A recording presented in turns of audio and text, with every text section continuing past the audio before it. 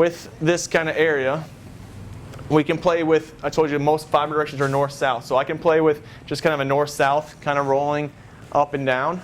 And like I said, 3 areas. I try to break into kind of chunk the leg. So I'll focus in around the hip. When I'm done with that, I go to the upper leg instead of just really doing everything all the way, you know. So I'll go north-south, right?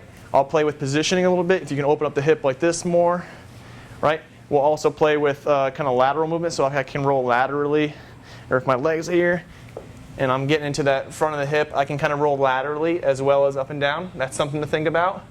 And then say I'm working my way down in my quads. The other thing to think about is that tack and floss mindset, like what you did with a buddy. You can do the same thing here.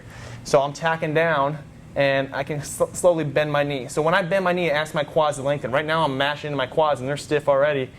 That makes it more tense and more uncomfortable. So I can just kind of stay here in that spot. I can roll laterally. If you're real tight, you'll feel different muscle bellies like bumping over them. If you can get that to where it just feels smooth, that's awesome. And then you can play with a little up and down, and then you can kind of tack and floss, okay, until that motion really opens up, right? And then I can kind of play with a little bit of just freestyling, right? And that feels better. By the time that feels better, then I'm going on. And I can do that all the way down my leg, right? I can do that more over here too. I can be on my calves, and I can kind of go laterally up and down, get some foot and ankle movement.